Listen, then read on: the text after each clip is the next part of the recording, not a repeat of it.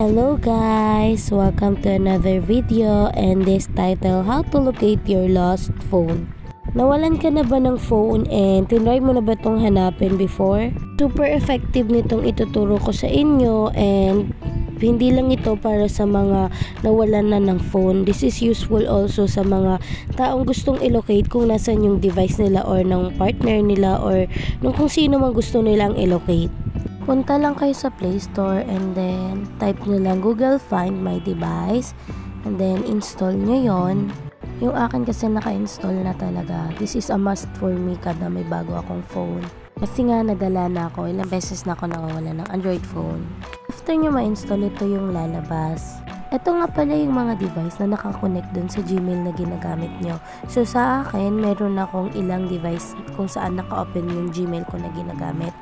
Ito nga pala yung list ng pwede nyong paggamitan. Yung phone, yung house key, pag may family tablet kayo, car key, pati yung wallet nyo. Pwede nyo din lagyan as long as meron kayong maseset upan ng GPS. For example, na misplace nyo siya, pwede nyong patunugin yung sound para mas mabilis nyong makita. Siyempre, using this app, super secure niya kasi pwede kayo maglagay ng PIN, pattern, or password para ma-lock or unlock nyo yung device ninyo. So, if may car key kayo, yung may tracker tag kayo, pwede nyo din tong gamitin Google device. Parang AirTag lang sa iPhone. Ganun siya ka-useful. Going back, meron akong 4 device na kung saan nakalagay yung email ko. Syempre, para kahit saan man yun, malolocate ko yung 4 phones na yun. Bigyan ko kayo ng sample guys. Ito yung gamit ko, Redmi Note 10 Pro. And then, hanapin natin yung location nung hindi ko ginagamit na device. For example, itong Realme 7. Kung mapapansin nyo, makikita nyo dyan, 100% Realme 7. And then, pwede kayo mag-play ng sound and then pwede nyo ding i-secure device. Yan yung pwede kayo maglagay ng PIN or i-delete nyo yung data nyo. Then, pwede ding get direction. In this case, naka-turn off kasi yung location. So, kailangan nyo munang i-open. So, open ko lang guys. Kasi spare phone ko lang to kaya naka-turn off yung location. Eto na siya guys. So, wait lang. Kasi medyo mahirap mag-video yan. Then, hanapin location. Open nyo lang yan. And then, once open na, pwede nyo na siyang i-locate. Gamitin ko yung laptop ko para ma-locate since ginagamit ko to pang video tong phone kanina. So, ganyan lang. Punta lang kayo sa Google Find My Device and then click nyo lang yung link. Same lang din naman yung lalabas. Ayan, yung 4 na device na naka-open. Then, click nyo lang yung phone na gusto nyong i-locate. Since naka-turn on na siya, yan makikita nyo. Pwede nyo na siyang i-play sound.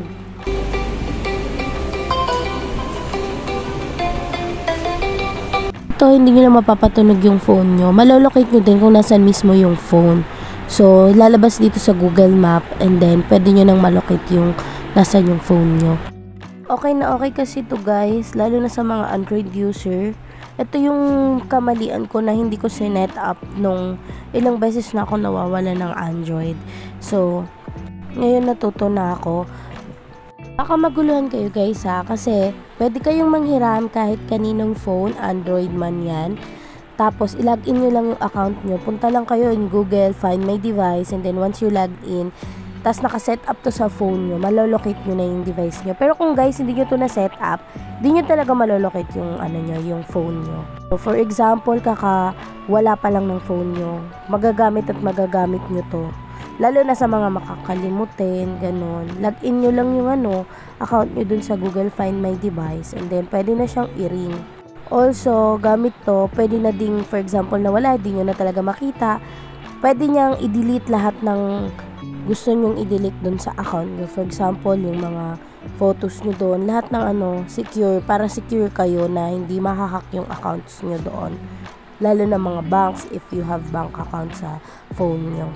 Saka dito guys, makikita nyo talaga kung nasan yung phone.